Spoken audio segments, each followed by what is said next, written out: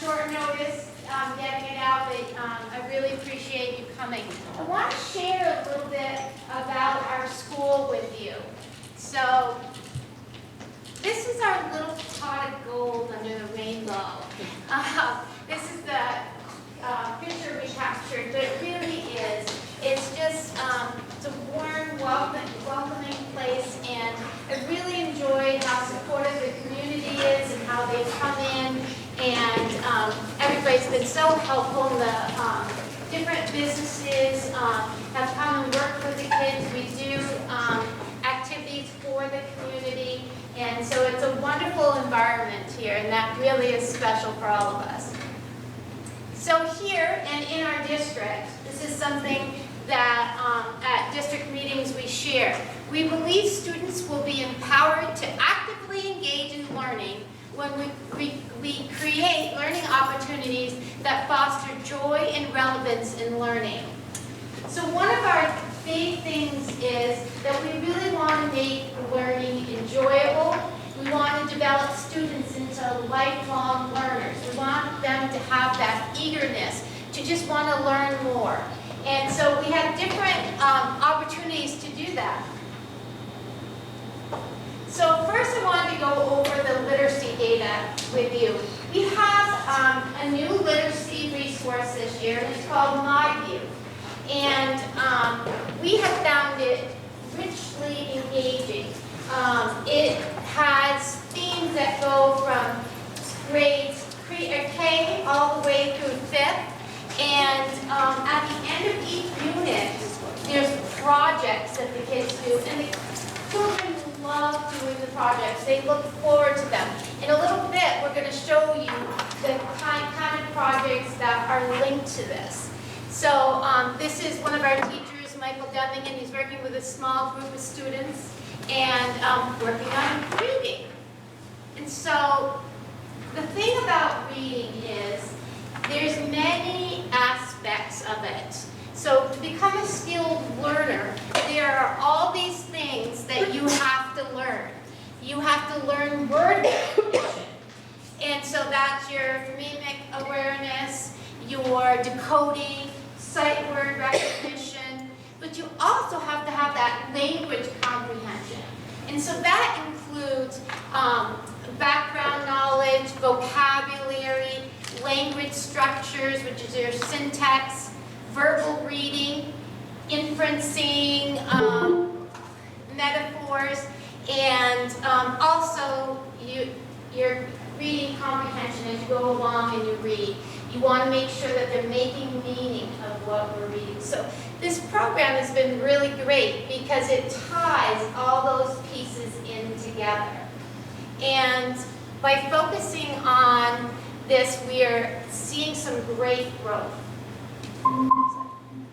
So this is our,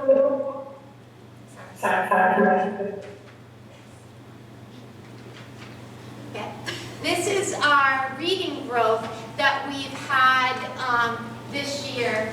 And as you can see with literacy per grade, that almost anywhere from it's 90 to 95, 98 with the kindergarten percent with students have shown growth. And that's what we're looking for. Of course, we want everybody to meet the standard, but we also have to work to get them there. And so we are just celebrating all the growth we're having in reading.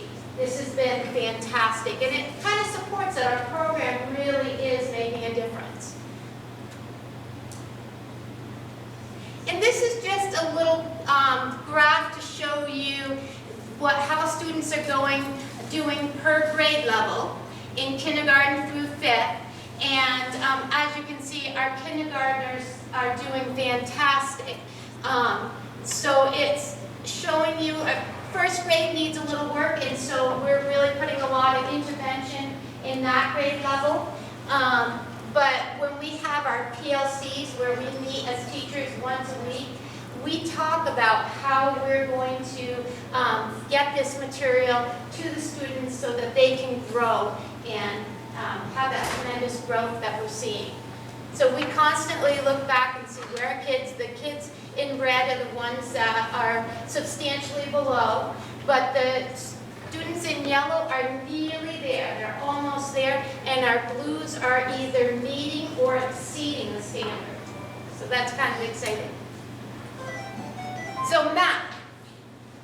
Math is one of my favorite topics to talk about, and we do a math block every day that has a number corner in it, and in the number corner, children get to experience the calendar and routines of how we use numbers in our life.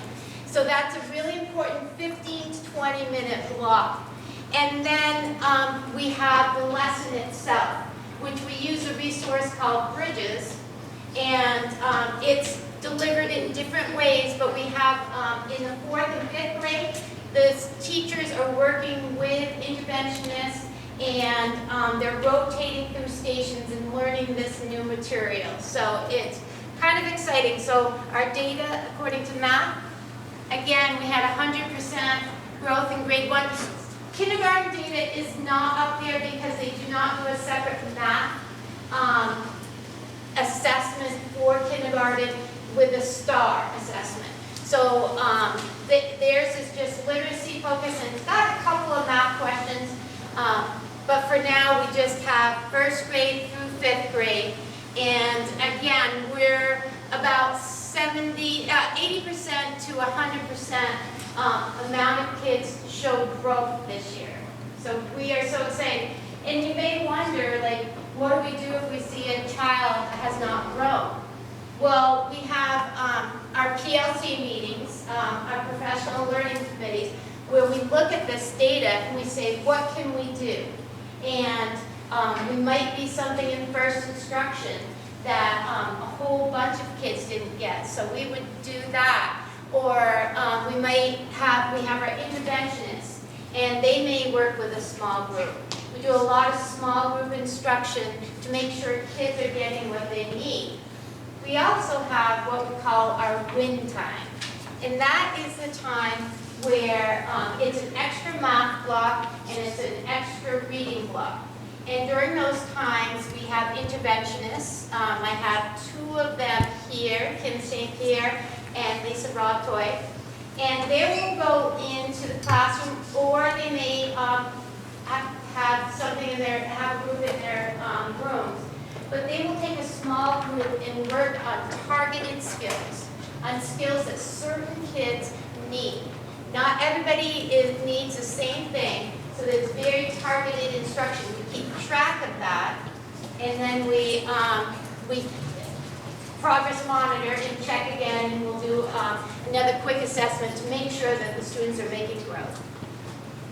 Here's our math data, and it's, as you can see, it's not quite as high, but we have increased over the past couple of years as our reading data, but it is, we're very proud and waiting for, again, the reds are the children that are struggling the most, and these students, either they're on a individual specialized plan, or they may be on an EST, which is an educational support plan or a team that meets once a month, and we talk about kids' needs and what they need. And then our yellow sometimes might get intervention, and then the blue is all combined meeting and exceeding the standards.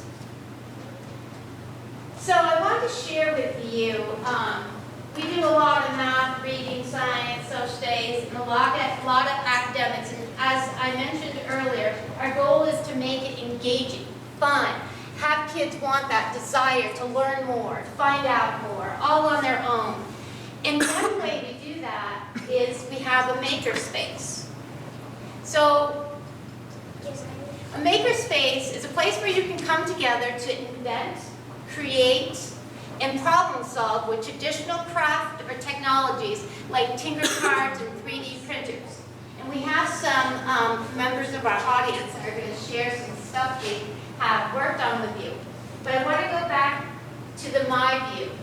The MyView resource we're using has wonderful, rich stories in it. In the 5th grade, Brenner recently read Hatchet.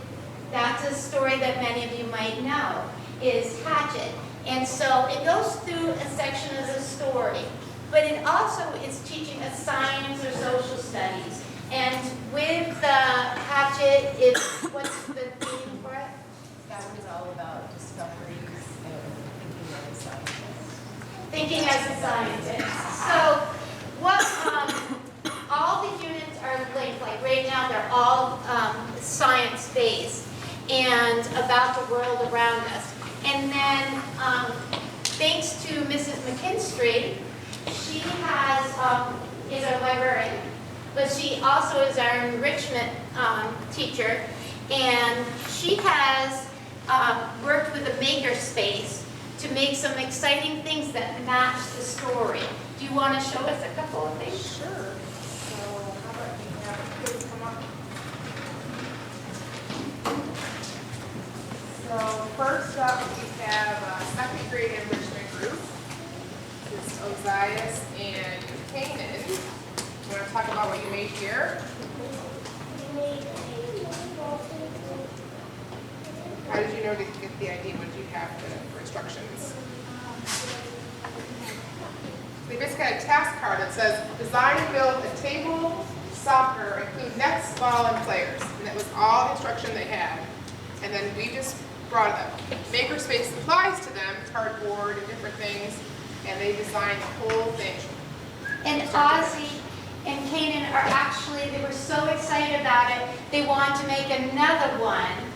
So they each could have one and share it with friends. So actually they were telling me that they think the next time it's going to be even easier to make because they've already done it once. They really put a lot of thought into how to make it work. What was your favorite part of it?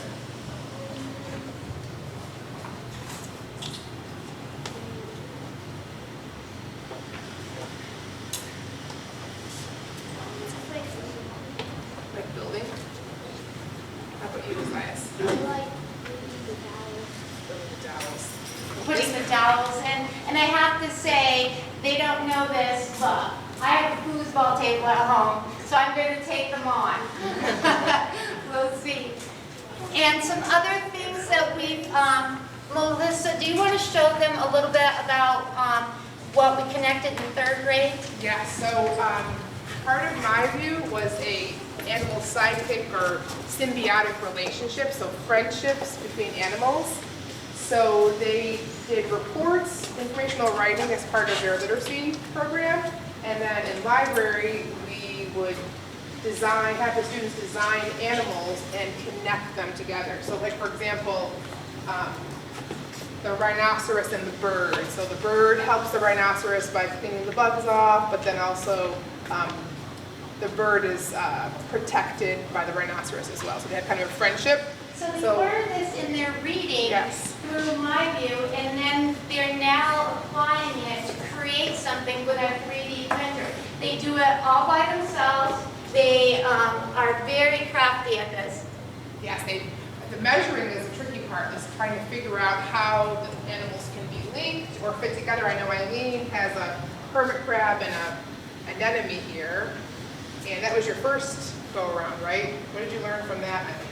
That's way too small. Way too small. So we had to go back to the drawing board and kind of increase the size. How did you know? I think maybe use another person's project, I think, helped you, didn't it?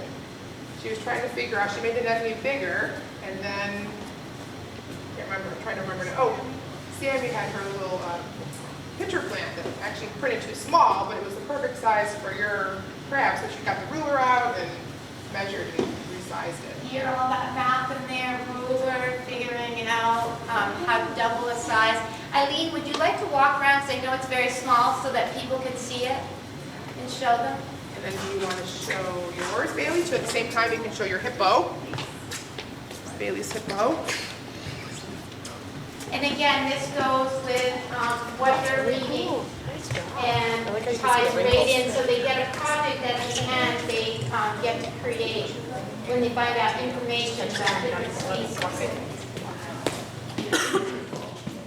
Eva wants to share her math. Eva had, similar to like the card that Ozias and Canaan had. Eva had a picture, like a task card that said build a mast.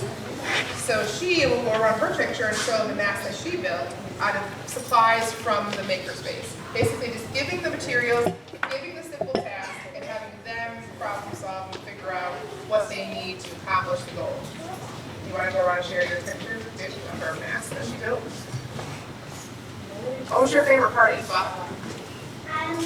I like making the pumpkin because like you have to be careful because like the pumpkins can't be too round because some pumpkins are round. And then did you have to like problem solve anything when you put the little eyes in? What's happening with your eyes? They kept when I was trying to cut them, they kept like squeezing in like that, but when I was cutting it, I just put a little in it with the scissors and I started cutting. Yeah, so you just figure it out along the way. You can go work on your picture. Like, So Mrs. McKinstry, can you show us a little bit how that might work? so as far as printer, as far as, yes, so the program is Tinkercad. Okay, but not linked up. But they basically, let's see here. Go around and show you my computer. They basically design.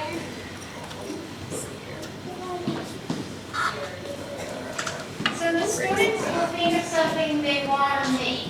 And like I said, often it will go along with something they've read or something they've done in math class, and they want to create something. So the first thing they do is talk to Mrs. McKinstry. Right. Well, actually, we started off with a keychain project first before we started doing the animal project because we taught them how to design from scratch. So they all made keychains in the Tinkercad program. And then when they were doing their informational writing, we said, okay, now you can use other designers' ideas and modify them and put two animals together to show your symbiosis. So they learned how to create independently and then also take other designers' ideas and modify them to link them together. So I can show you some. I'll walk around with the program so you can see it.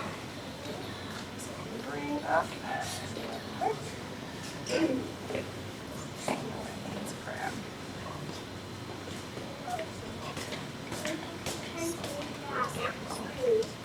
So as Melissa does that, I just want to go on a little bit.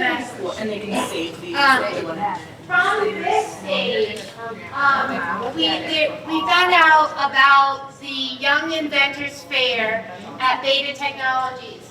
And so some of our students were very interested in participating in this honor. So Mr. Jarvis and Mrs. McKinstry and the students up front, they all went, and they got to experiment with making inventions, and we have, can you show some pictures? Yeah. That's actually, yeah, one of them is a video, two of them are. And Jordan, one of our students that's here, is there as well. The makers. I got it. Look at all their inventions. Wow. If he doesn't fall out, that means my Look at, oh my goodness, it flew right in your hand.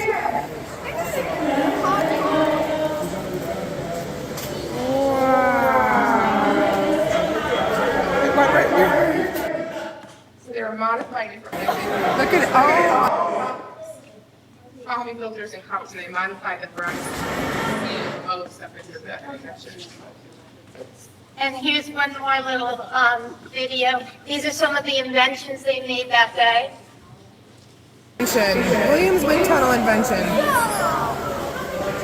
Whoa. Wow.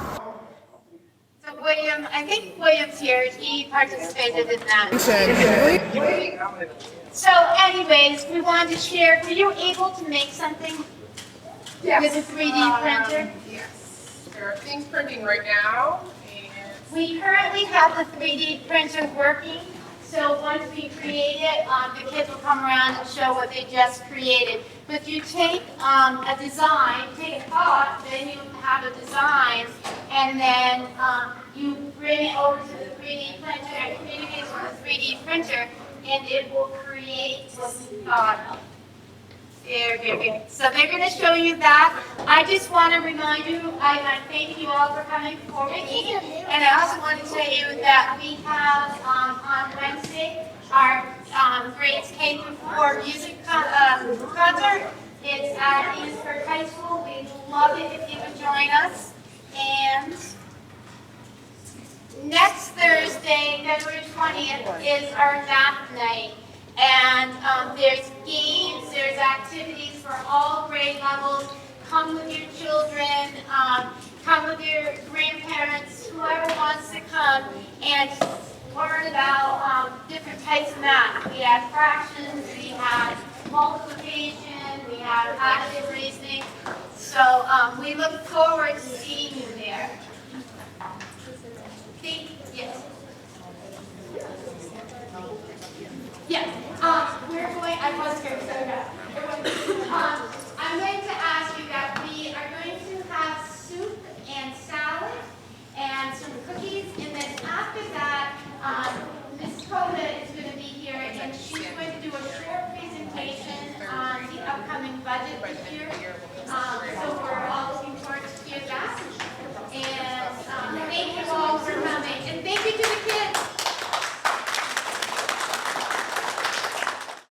I'm glad to be here tonight. Thank you all for being here tonight. I just want to acknowledge, I usually don't do budget presentations without our business manager, who knows all the details on all the numbers. I'm going to do the best I can to answer the budget questions, and I think I can get some of them. I'm not sure about yours. You're going to give me a hard question. I can tell already. But if I can't answer the question, Michelle is going to take your name, your email address, or your phone number, and we're going to get back to you with an answer for anything that we can't answer tonight. So I would like to start by just celebrating some great things that have been happening, in particular in the Enosburg-Richford district. So last school year, we had 4 state championship teams, which is very exciting. Actually, it wasn't just last school year, because it was last year in general. So we had the D4 boys track team from Richford. Richford also had the D4 softball championship. They followed up this fall with a D4 soccer championship as well. It was the first time Richford had ever even gone to a state championship for soccer, and they won. Enosburg also had a D2 softball championship. I believe we had, in Franklin County, 3 teams that won the softball championship, and BU also took it. So that's maybe never been done before.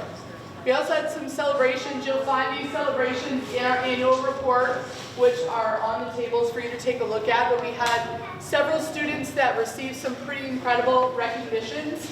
We had Jesse Allen, who served as in the Vermont as past president of the Vermont Future Farmers of America. Currently, Jessie is the reporter. She's going to graduate this year from Enosburg High School. Carter Blaney won the gold medal in plumbing in Skills USA, and we don't have a plumbing program at our tech center, but he was able to do that through the construction program and what he's doing in his internship, so that's pretty exciting. Michaela Shagnon was just recognized as a presidential scholar for Vermont. She's a senior at Richford High School. And Marshall Moffitt, who was, he graduated last year from Richford High School, was just, this is a pretty prestigious award. Marshall was just honored as one of 2 Vermont young people with the John Lewis Youth Leadership Award for his commitment to social justice, equity, and inclusion, and the work he's doing as a youth in our community. We also had several educators who were recognized this year. Deb Tannenberg, Deb Tannenberger is a high school teacher at Enosburg. She received FNESU's Educator of the Year. Kristen Baker, who is a middle school teacher at Richford Junior Senior High School, was one of 2 teachers from FNESU that received UVM's Outstanding Teacher Award, and she was honored in the ceremony at UVM. And we had Sue Hunt from here at Enosburg Elementary School. Sue is the planning room coordinator, and she was recognized as Support Staff Member of the Year. We also have some other celebrations. There we have our students who are going to the All New England Music Festival and the District Music Festival. I think that just happened on Friday. For the first time ever, FNESU has a new robotics team, and they'll be competing for the first time in March at a competition in Maine. So it's very exciting. We'll post more about that as it gets closer to that event. Enosburg Middle School has also won some state championships. They won state championships several times over the past couple of years for the Vermont Vocabulary Bowl. And we have 10 students from Cold Hollow this year that we expect will graduate with their commercial driver's licenses. So those students have an incredible opportunity to go straight from high school into a really good paying career. So we're very excited for those students. And we also had a very high return rate of teachers returning to FNESU this school year. 93% of our teachers returned. So on the next two slides, this is data that I want to share. This is not specific to Enosburg Elementary. This is specific to FNESU. And what this data represents, I know it's very small and you can't see all of it, but that's really showing you, it starts with first grade, and this is reading data. And so the first bar shows you where the scores were in the fall.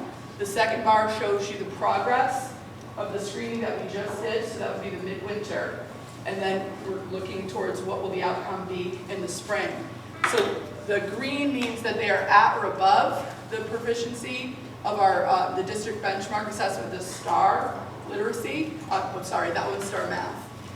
The yellow, those are students that are on watch. So when Jen talks about our meetings that we have, those are people who we're just keeping an eye on them. And then orange, those are students who need some intervention.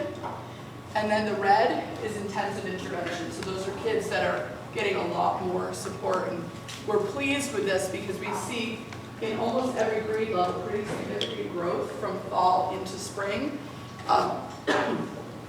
The next slide is, can you go back? So that one is reading. It's the same data, same idea, but it's reading. The other one was math.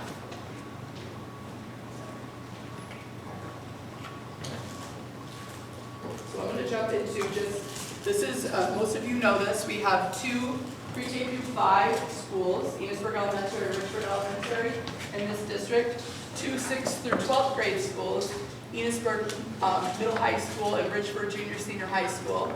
We serve 444 pre-K through 5 students, 659 6 through 12 students, and we have a pretty unique opportunity with Cold Hollow Career Center. We're one of the only systems in the state that has our own CTE center. So most of the students that attend that CTE center come from non-attending schools. I was just in a meeting today where we were talking about the number of students who have a hard time accessing CTE centers in other parts of the state because the space is so limited. So that's a gem for us to have that right here in our district. So this is just a look at our enrollment numbers. So you can see there's a narrative around public education that the number of students who are educating is declining. And that is true in many parts of the state. It is not true here in FNESU. We've had a stable enrollment for quite some time in FNESU. So you can look where we are in 2024. This is an October 1 count. We were at 1,103. If you go backwards 5 years, we were at 1,051. We do, a business manager does some fancy math that I don't know how he does it, but he makes projections about what our enrollment population should look like. By 2029, we should be up around 36 more students to 1,139. This is just another way to look at those projections. So you can see that top line represents Enosburg High School. The blue line represents Enosburg Elementary School. The next line, the next red line is Richford High School, and then the solid red is Richford Elementary School. So you can see what those projections are expected to do over the next 4 or 5 years. So we we have our annual school meeting coming up on Tuesday, March 4th. And these are the articles that you will see on the ballot on that day. You will have Article 1 to elect a moderator. Article 2 will be to elect a clerk. And then Fran Jackson has been the treasurer for the Enosburg-Richford district for quite some time. Fran is no longer an Enosburg resident, so the warning on the ballot will say, shall the voters of the district designate the supervisory union treasurer to act as the treasurer of the union district. That Fran has been the treasurer of the Northern Mountain Valley district for quite some time, so she is still able to do it for Enosburg-Richford. We just have to appoint her because she's non-resident through her role in the supervisory union as our treasurer. Article 4 will be to elect one school director for a 3-year term ending in March of 2028 who resides in the town of Enosburg, and also to elect one school director for the same 3-year term who resides in the town of Richford. So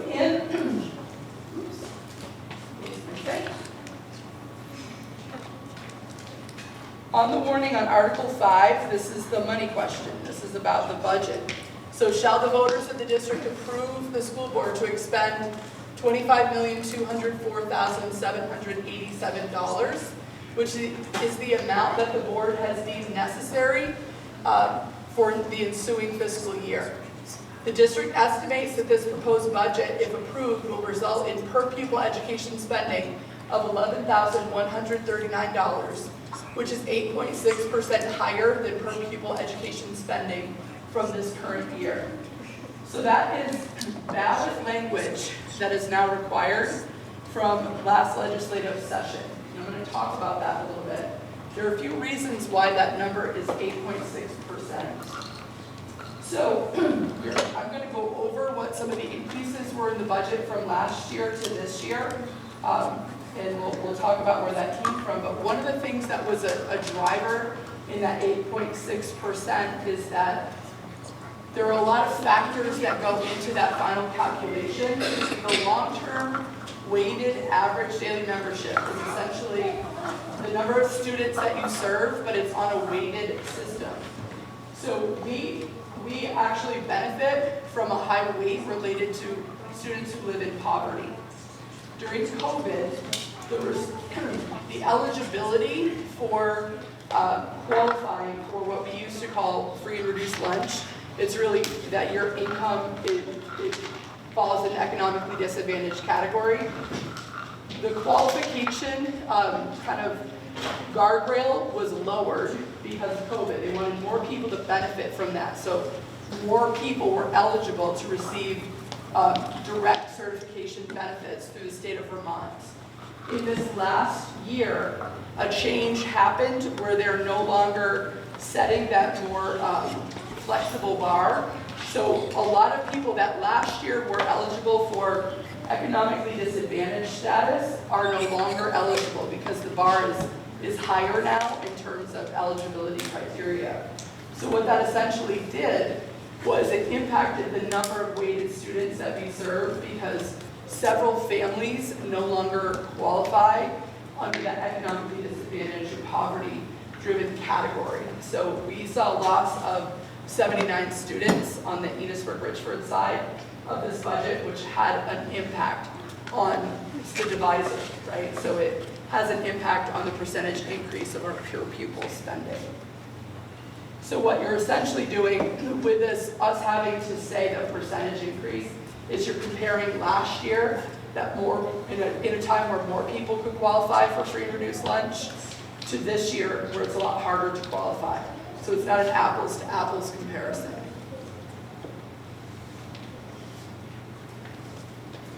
When the board and administrators are working on their budgets, they're working on thinking about what the FNESU board goals are.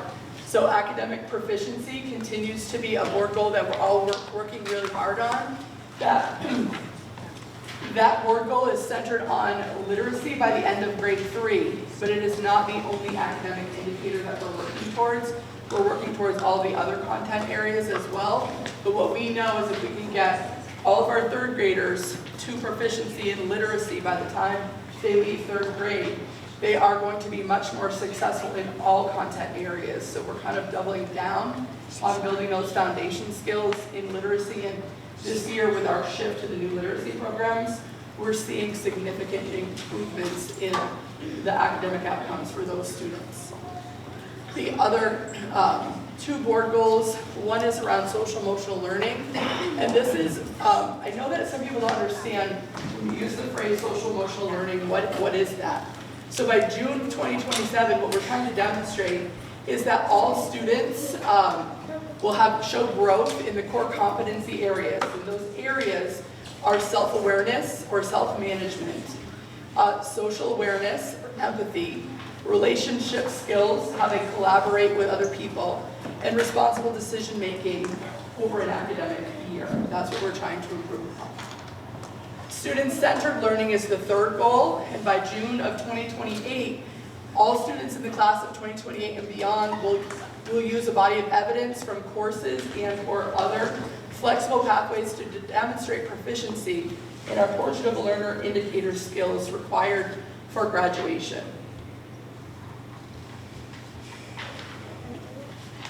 So when we think about that budget, I looked over the budget with Morgan and we talked about what were the drivers, like for what last year's budget amount was to this year's budget amount, what's behind those numbers.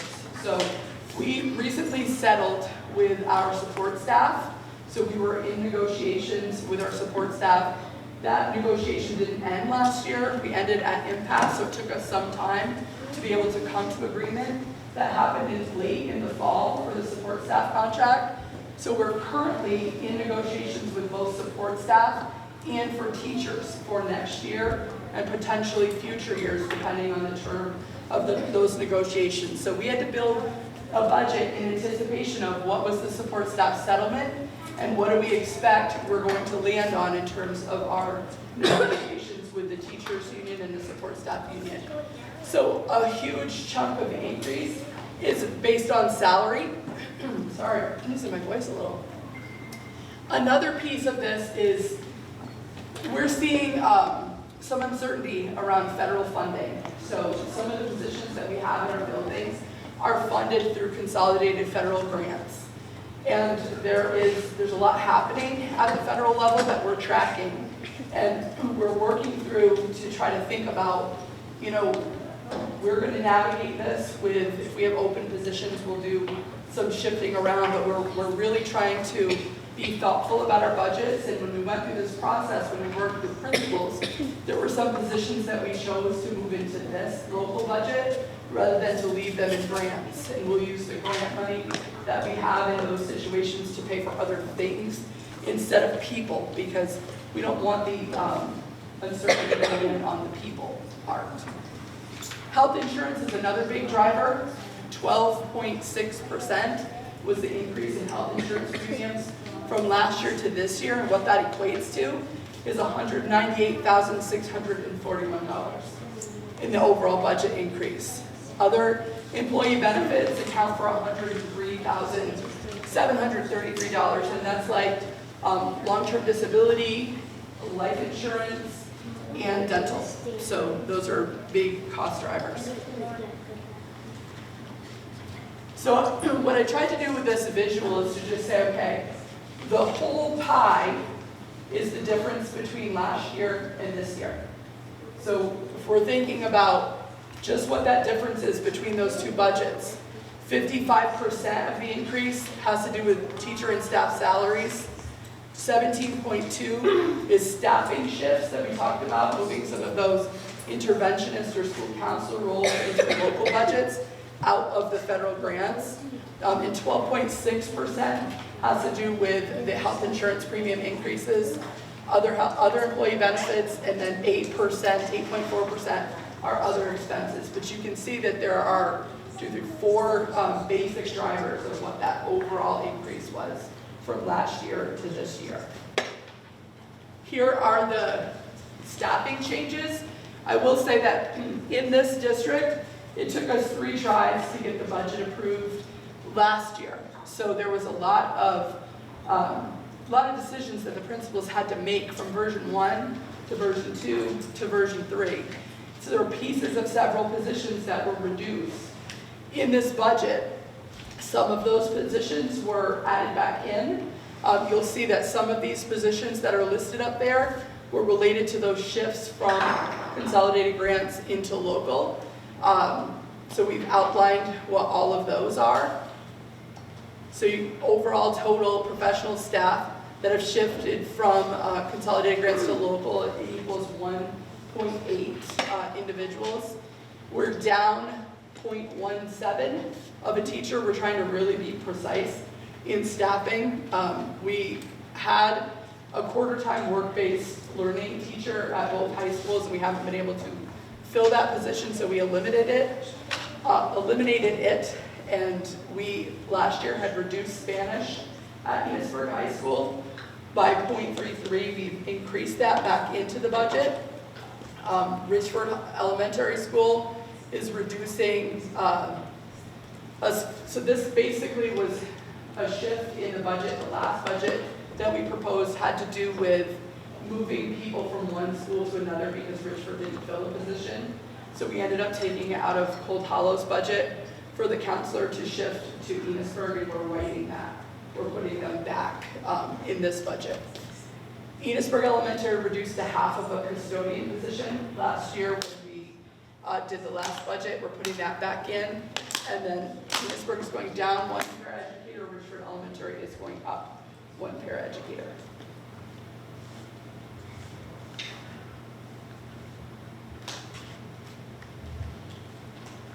Okay. So that formula that I was talking about, that's really complicated and hard to understand.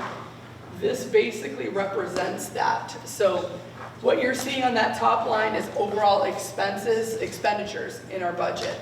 You're looking at grant revenue that we have from either local or federal grant pieces. And then anything that we had left over as a fund balance for last year applied to the budget equals overall education spending, which is where we start when we calculate that impact on the district and on your town tax rate. So that education spending in this proposed budget is $18,300,146.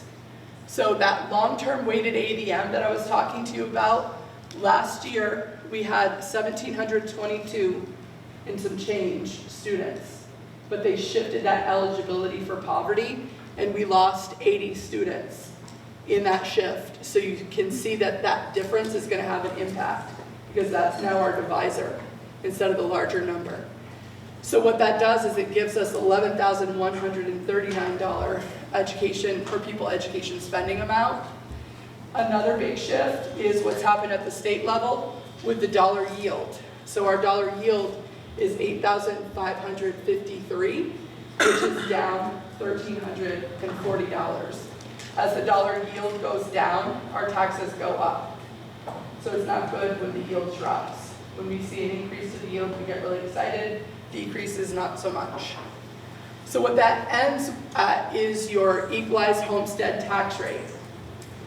And this is another piece that I'm just going to be honest with you, I cannot explain to you why it is applied here this year. It was different last year. There's a CLA that got applied in a different way than it did last year. Morgan would do a much better job at this section than I can do. But what it looks like is that we had a 26-cent increase in our district tax rate. That is only because of where the CLA was applied this year compared to last year. When we go to the next slide, this is, I think, the part that people really want to hear about. And this is, what does it mean to my taxes? So from the previous page, our equalized district tax rate is $1.30. And then you have to take each town, and you've got to apply the town common level of appraisal. So that's how much your house is worth compared to what the properties are selling for in your community.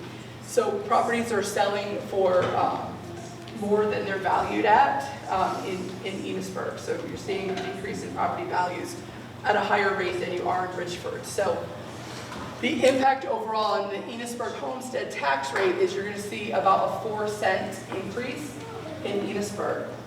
In Richford, their CLA, although this doesn't make sense, it's going up, and that has to do with property values, again, and how that's impacting that community. So their tax rate is going to be pretty flat. 0.0066 is going to be their increase in their property tax rates.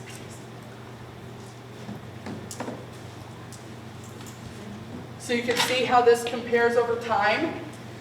We've shown you this graph for several years, so you can see what's happening. The green line represents Enosburg and what the property tax rate is after CLA is applied, and the red line represents Richford. That sharp drop in Richford had to do with they had their property reassessed. They went through a town level reappraisal, and when that happened, their tax rate dropped significantly, but they felt the tax impact because their properties were valued higher than they were before the reappraisal.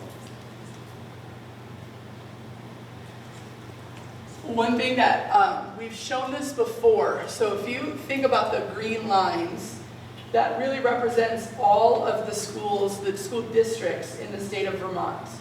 From the highest spending at over $18,000 per pupil at the top, to the lowest spending at the bottom, that's right around $7,000. So you can see there are two blue lines near the bottom. This little box right here actually pulls out those bottom lines, so you can see that for this current year that we're in right now, the Enosburg-Richford district is the 6th lowest spending district in the state of Vermont at $10,253 per pupil per long-term weighted APM. For the first 4 lines on that chart, those are communities that do not operate schools. They tuition those students out. So just a little bit up from them at 11, Northern Mountain Valley is at $10,591 per pupil. And then when you go back to the big chart, you can see all the red lines, and we put data in there to show you where our counterparts from other Franklin County communities land in terms of how much they're spending per pupil. The first black line represents the Franklin County average. The second black line represents the state of Vermont average. So when you look at comparisons, I hope you can see that what we're spending per pupil is significantly lower than our counterparts in Vermont and other schools. So one of the things that I wanted you to walk away from hearing is that one of the things that I think we're really good at is hustling to find ways to fund things that we can't in our local budget. And I don't think we've done a great job about communicating these things, so I added this in here this year because I think it's really important. Here are some examples that I pulled out from the Enosburg-Richford district. In Richford, they had a big problem with their wood-chip boilers. And so our facilities director was able to do the legwork to get $310,000 in grant money to replace those boilers, which we couldn't have done that without that amount of funding. Heather Moore, who's here, is a grant writing genius, and she's helped Vern to write many of the grants that he's received. For our after-school program, Heather has secured $578,833 for our programs. We do fund some of that in our local money, but we need this. If we didn't have this, we would not be able to offer the after-school programs that we do.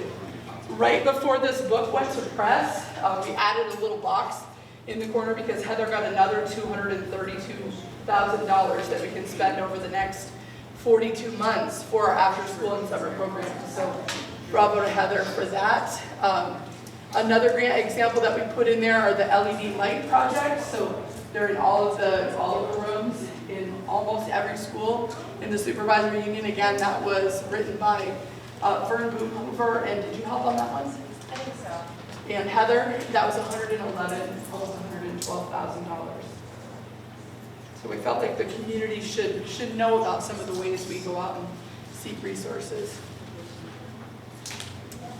The fifth article in the budget is Will the voters authorize the Board of School Directors to deposit $215,205, 1/4 of the surplus funds from the 23-24 school year into the capital reserve project, or fund, sorry. For the last several years, the board has made a decision to put half of any of those excess funds towards capital reserve. This year, the board was working really hard to try to minimize any impact that this would have on community tax rates. So instead of half, they said, let's just shift a quarter into this year and put the rest on the budget to buy down tax rates. So before I get into frequently asked questions, which I can promise is short, does anybody have any questions so far?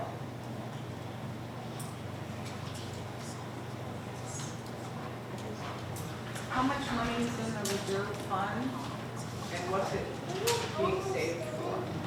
So, Michelle is going to write this down. I don't know how Morgan, much, I'll ask your mama. I don't know how much is there, but I can tell you that we use that for capital reserve projects. So on something like that boiler project, we're able to pull some of the capital reserve money to offset. This is what we got in grant funding, and we're going to use some capital reserve to pay the difference on that. So we use it for mostly capital, it has to be capital reserves. Right. For capital projects. Don't worry, he has worried about it. Year after. I wasn't thinking about that.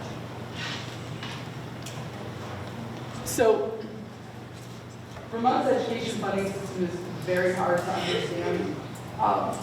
This is really just an overview of how tax rates are set. In Vermont, local voters approve a budget, and then the agency figures out what's that pupil count, that long-term weighted ADM. We had about a 3-week battle with the Agency of Education this fall, saying, no, we don't think your number's right, and we kept pushing data back, and so we finally got to a place where we were like, okay, we think you're right now.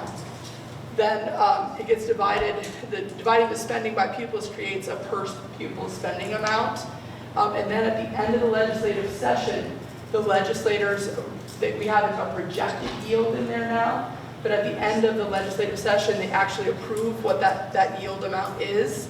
And from that, you get the actual district tax rate that you'll see on your property tax bill. In general, districts with higher per pupil spending will have higher tax rates. I will say that one thing to remember is that the way we fund education currently, we benefit in FNESU from other property wealthy communities that contribute to the ed fund. So communities like Williston, they're so property wealthy that they contribute a lot more money to the ed fund than what they take out to operate those schools, and we benefit from that. At the same time, it's important to remember that when districts in other parts of the state pass budgets at a per pupil funding rate that is much higher than ours, or they approve construction projects in their communities, those decisions do impact our property taxes through that yield, because the legislature has to raise all the money that's promised based on all of the budgets that are approved in every community in Vermont. So when that yield moves, it impacts us, and the yield moves based on everyone's total spending. So this is essentially why tax rates are different between Enosburg and Richford. I hope I described that in an okay way, but we have voter-approved budgets set a tax rate applying to all towns within the district. That's that district tax rate that we talked about. And then it's divided by the common level of appraisal. And then that's calculated by the tax department. And they use that to ensure that towns with less accurate grand lists pay based on the actual market value of their home.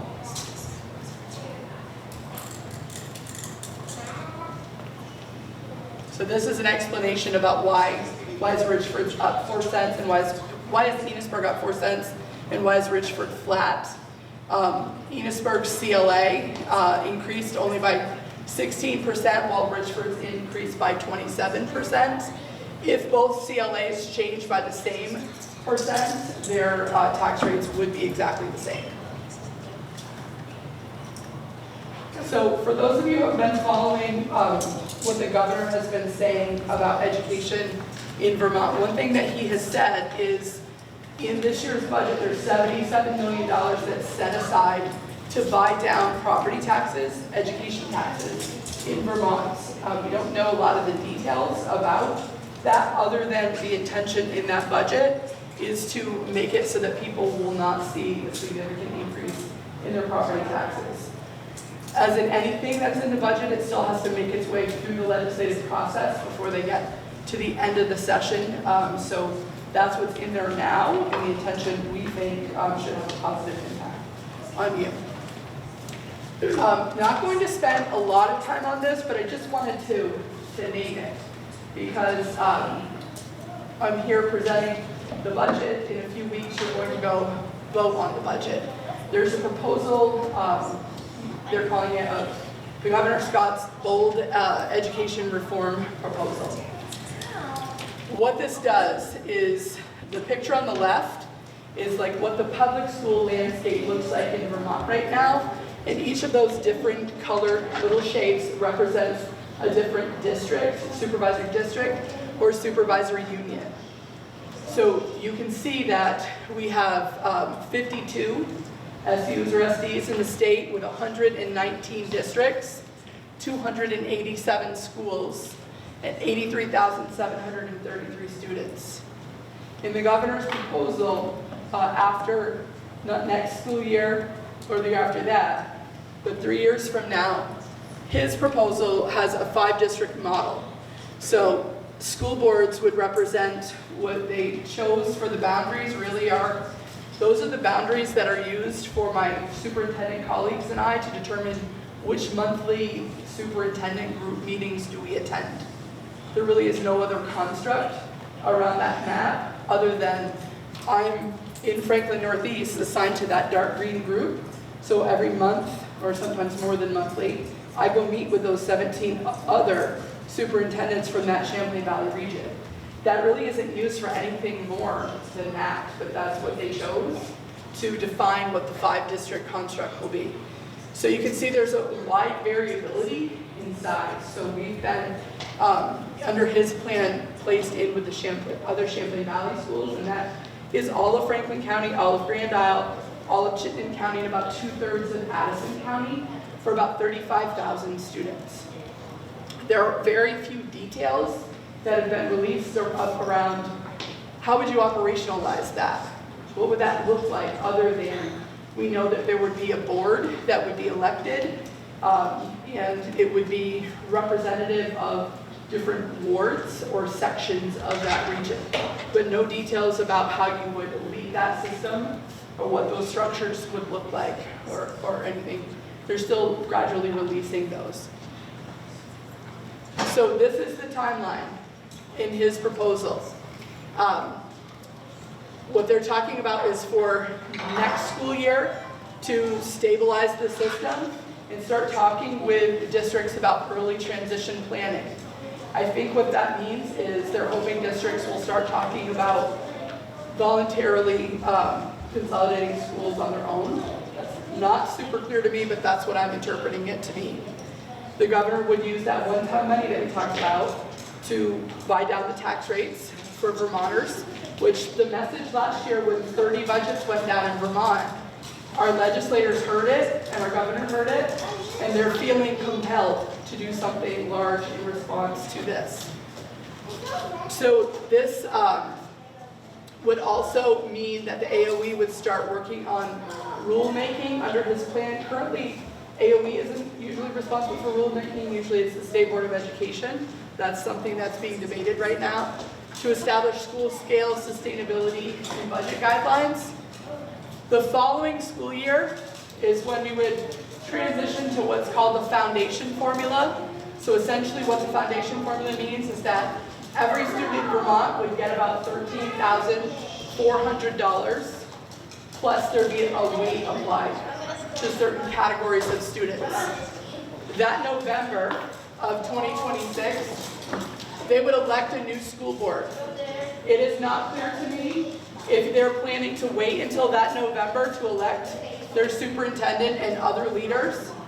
And if they do, that they have a very short window from November 2026 until July 1 to be ready to operationalize those new districts. So they'll be working from November until the end of the year to build the new budget that will include all of those school communities. And then at the end of the 2027 school year, they would close out all existing school district business. So FNESU would no longer be its own district. On July 1, 2027, the new districts would take over operation of all the district schools. They would receive their weighted base amount per pupil, and then there are categorical grants that would also be a part of the funding system, and that's not different than what we have now. We get categorical grants for special ed, transportation, and other things like that. And then they would start working on FY29, community engagement about building budgets. One thing that they've talked about is creating school advisory councils in each of the schools, where there would be parents or community members that would be working on, they'd have a very small scope of what their responsibilities were. Essentially, they could make recommendations around what they'd like to see funded in their schools to the new larger board. And they also could, they would be responsible for approving the continuous improvement plans that your principals have to make every year. So that community group would be responsible for that piece. In 28-29, they would be working on school consolidations to achieve quality and financial indicators. So they're talking about what are the metrics that would show that you are getting outcomes that they're expecting and that you're doing it in a financially efficient way. And then they would use rules to evaluate existing operational patterns. So I think that's essentially what areas are students feeding into in terms of the schools. And then throughout this process, the way it is written is that the AOE would be providing targeted support and assistance to the districts, both the districts as they're closing out and the new districts as they're becoming operational. Now I know this plan typically generates a pretty big first reaction when you see this. This is a proposal. It has to go through many phases in the legislative process before it goes into law. So there are many opportunities over the course of the next months to listen, to talk with your legislators, to participate in Vermont's legislative process. I will tell you my instinct is that something will shift. I think in order for us to be able to fund our schools in a way that is more equitable so that our students are not in this situation where we are historically underfunding our kids, to a way that is more equitable across the state, I think we will see a reduction in the number of supervisory unions and districts. I think we will see that at the end of this period, there'll be fewer schools that we are operating, and I think that we will definitely see a funding formula shift. Do I think it will be 5 districts? I don't actually think it will be 5 districts. I think 5 districts shocks everybody and gets us all to go, wait a minute, what? And then I think there'll be revisions as this goes through the legislative process. But this is a time for us to pay attention to what's happening and be a part of the legislative process. Just a quick question on that. Like, what is the roundabout reason for this? Like, I know it's kind of big for you. There's not really a lot of pushdown. What's the reason? Is it a fiscal reason, or is it something push more of top-down control over what gets fed into our children's heads? I think there are several reasons. I think that 30 districts in our state voted down their budgets last year, and some of us, we were the second to the last district to get ours approved, not until June 27th. I think people really were like, whoa, this is not okay. And they also were looking at it as, when you look at the tax rates that we have in Enosburg and Richford, and you compare them to tax rates in other parts of the state, people are shocked at how hard it was to get a budget passed here.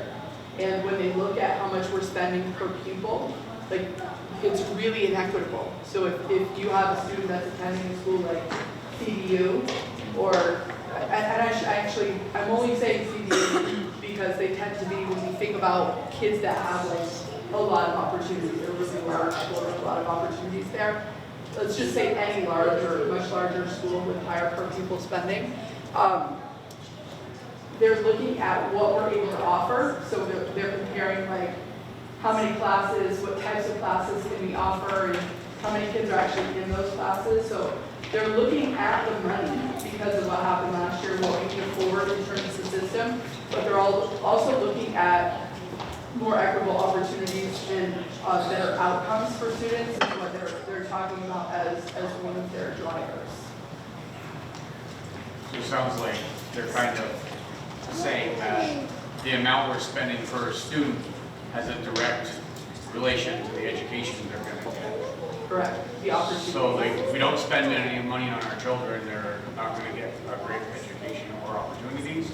Well, I'm going to tell you that I think they're getting good education here. Yes, no, me too. I believe in That's what our kind of what I schools was are getting doing, at. but I can't offer your kids things that my colleagues can offer their kids. And that hurts my heart, like when I come into these schools and, you know, Right. all of this stuff in the corner, we have because we had COVID. And the federal government gave out ESSER money to schools. And it was the first time, if I've been here my whole 30 years. And so I know what it's like to work in a system that just has had to do without resources. So this was the first time where we literally were like, what can we do with this opportunity? We've never had an opportunity like this. And when you walk into our libraries spaces and, you know, we have things that we've done for PE, for music, for driver's ed, for libraries, technology, their opportunities are amazing. And those are the things that other kids already had for a really long time. So I do think there is a correlation between what we're able to spend per pupil. I'm not saying we need to be at the top, but it needs to be more equitable.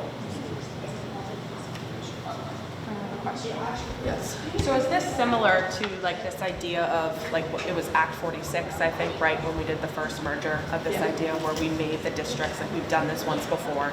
Is this like another blanket almost on top of that? Is that, or is it I mean, completely kind of, I've heard different? people say is this Act 46 2.0. Right, that was Right. kind of my question. So that in Act 46, they didn't have a number that they were trying to get to. They created the conditions to get people to do the mergers voluntarily. And they were looking, like we're looking right now at district governance, that's what they were looking at, Act 46, so that part is similar. This time, it's also funding. It wasn't funding last time.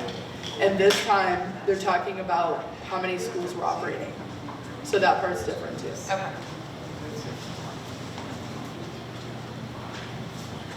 Any other questions on any part of this? Are you going to push out any of this kind of stuff, or should we just get involved in that? Push out to the state? No, sorry, the other way around. Like, are we going to, Yes. it's going to I'll start. get, it'll get filtered down. Yes, I'll start. I'm kind of waiting for a bill to present itself. Right now, there's no bill.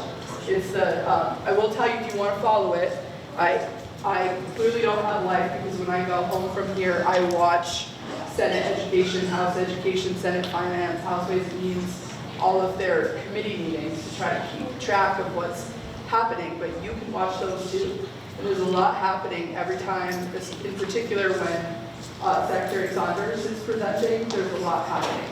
So we're paying attention for sure. When there's a bill, I'm going to push out broader information to the whole community. I don't want people to go into panic because I want to hear from you. I do think something does need to change. I don't think it's that, but I think that there's work that they could do. I think one of the things that I'm worried about is the timeline that they think that they could turn this shift around in. Without, like, the legislative session only has 10 more weeks. That's you know from being there. This is a lot of work to try to get out the door in 10 weeks. So there's a worry that they'll be speedy and then they can stay. That will impact our schools and our students. Yes, we saw that last year. Yeah, very significant.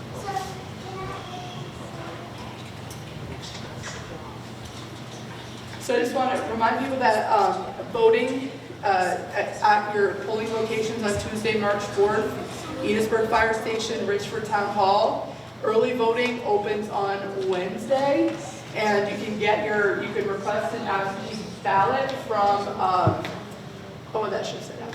An absentee ballot from your town clerk, they can mail it to you, or you can pick one up. I do hope you'll all take the opportunity to go vote on the budgets, and I hope this information is helpful. I'm gonna stick around if you have feedback, if there's things not on this that you wish there were on this, or things that you're like, that was too much information. Happy to hear the feedback. Please encourage people on the back of your annual reports. There are other meetings that we're having. The formal district meeting for the Enosburg-Richford district is Thursday, February 27th. I'm not great with dates, but she is, so that works out well for us. And that's for high school. Happy to stay if anybody has any questions. Thank you, everybody. Thank you, Linda.